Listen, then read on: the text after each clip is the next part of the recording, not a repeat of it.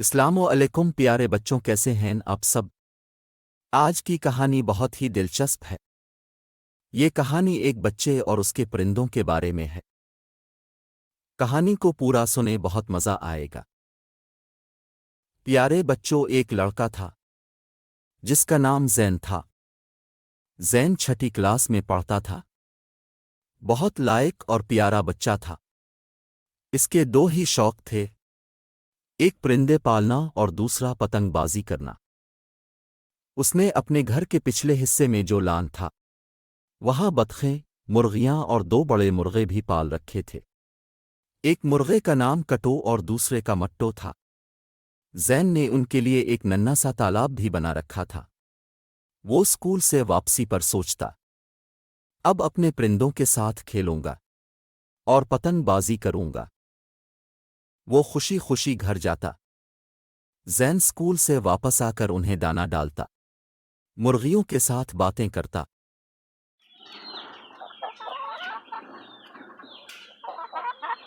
اور اپنی ڈور اور پتنگ لے کر چھت پہ چڑھ جاتا۔ شام تک پتنگ بازی کرتا۔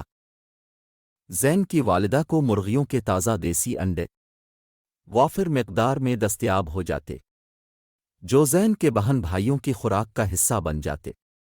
زین کی والدہ خود ان کے لیے کھانے بناتی۔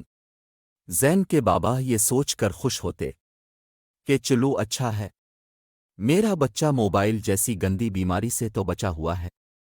ایک دن زین کو ایک پہاڑی گاؤں میں شادی پہ جانا پڑا۔ اس نے وقت پر ہی تالاب بھر دیا اور دانا دنکا ڈال دیا۔ وہ صبح سویرے ہی گھر سے نکلے۔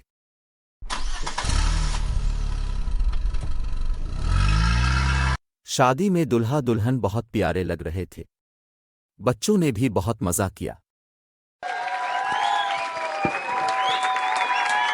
دن بھر شادی میں شمولیت کے بعد وہ آپس آ کر سب تھکے ہوئے تھے تو فوراً سو گئے۔ اگلے روز اتوار تھا۔ سب دیر تک سوئے رہے۔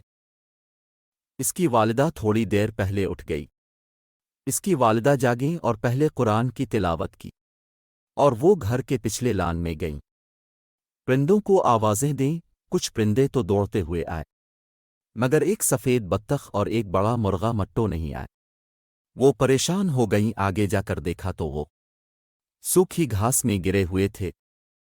وہ فوراً کمرے میں آئیں تو زین جاگ چکا تھا۔ انہوں نے اسے بتایا تو زین دوڑتا ہوا لان میں گیا۔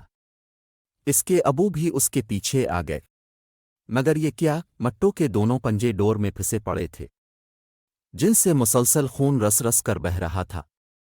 زین اپنے بابا کے ساتھ مل کر فوراً انہیں جانوروں کے ڈاکٹر کے پاس لے گیا۔ انہوں نے بتایا کہ مرغا تو مر چکا ہے، مگر بطخوں کے زخموں پہ انہوں نے دوائی لگا دی۔ زین کے آنسو ٹپ ٹپ گرتے دیکھ کر اس کے بابا بولے، بیٹا اسی لیے کہتا تھا پتنگ بازی اچھی چیز نہیں ہے۔ زین بولا، مگر بابا میری ڈور تو اندر الماری میں پڑی ہے۔ زین کی ماما بولیں، بیٹا لڑکے چھتوں پہ پتنگ بازی کرتے اور ایک دوسرے کی پتنگ کاٹتے ہیں، ڈور ایسے ہی کہیں لٹکی رہتی ہے اور وہ نیچے صحن یا لان میں بھی آ گرتی ہے، پھر وہاں موجود پرندوں کے لیے وبال جان بن جاتی ہے، جیسے ہمارے ان پرندوں کے ساتھ ہوا۔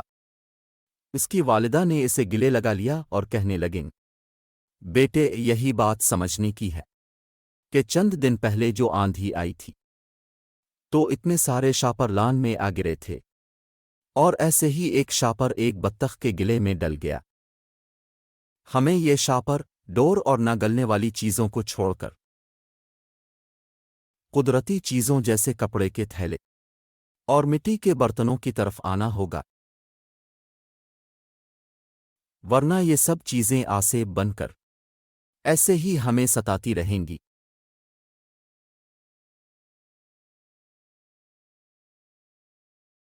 ہماری مزید ویڈیو دیکھیں۔